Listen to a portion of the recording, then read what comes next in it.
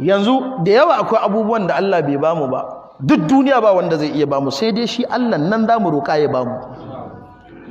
Ina fata an fahimci wannan. Kar ka tsaya ba ka dinga ɓata kanka lokaci, baka samu kaza ba, an yi takara ka faɗi ka haƙura. Kar ka koma ka dinga bita da ƙulli dukan kabarin kishiya, ka haƙura kawai, ka ƙara ɗanawa a gaba, ka zama alal aƙalla kamar Janar Muhammadu Buhari da ya sha kayi ko muna tausaya masa, ya sha na biyu muka ƙara a na uku ma aka rafke shi, ashe duk ɗan ɗaga mana ana ta ɗaga mana ƙafa. Da aka zo gabar da zai sufa ya damko, ashe mu ma danke mu zai,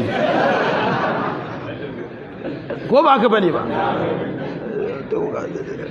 Sai muka gane ashe a bayan Allah yana ta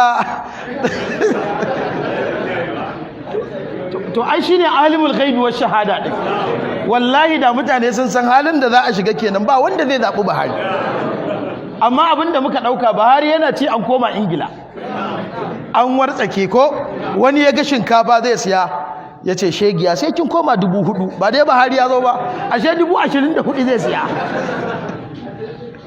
Wallahi wani ya ce ayya watan yin aurenmu ya kama, ashe suspending za a yi.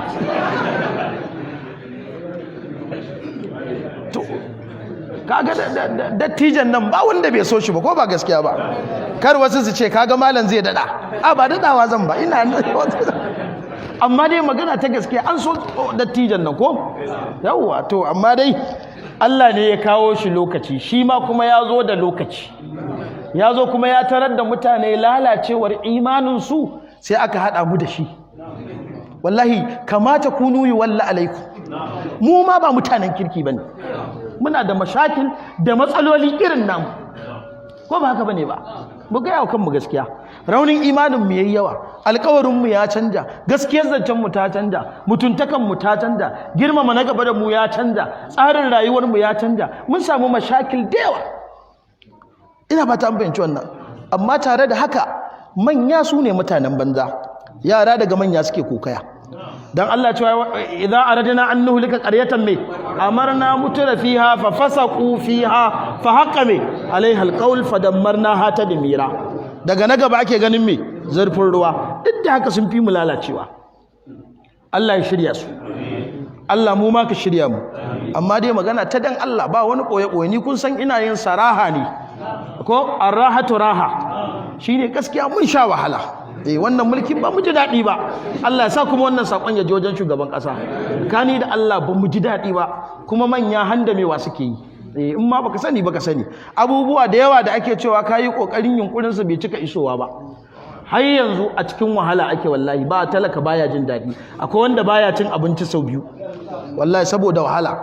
Muna fatan Allah ya sa ka gane ka gyara kafin, tun da dai an fara zuwa ƙarshe ko irin abin nan da ake cewa obalafin, irin happy ending din na ko yawa a dan yi mana happy ending a Najeriya, a sassake al'amura, duk bododin nan da ba a sake da a saki komai a dan warwasa, alal akalla dai mu samu wanda zamu ce Allah ya ji kanka in ka mutu.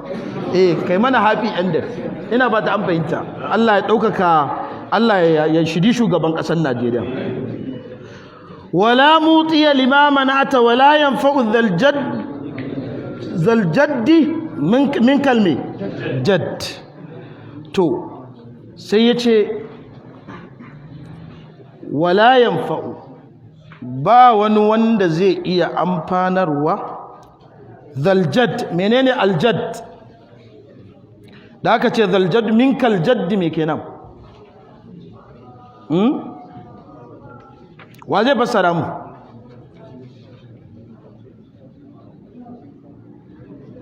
Malamai sun yi magana akan zaljad min kaljad da yawa. Zaljaddi wani mai wadata, ina ba ta fahimci wannan, duk wadatarsa ba zai iya amfanar da wani ba. An bayyanta shine zaljad.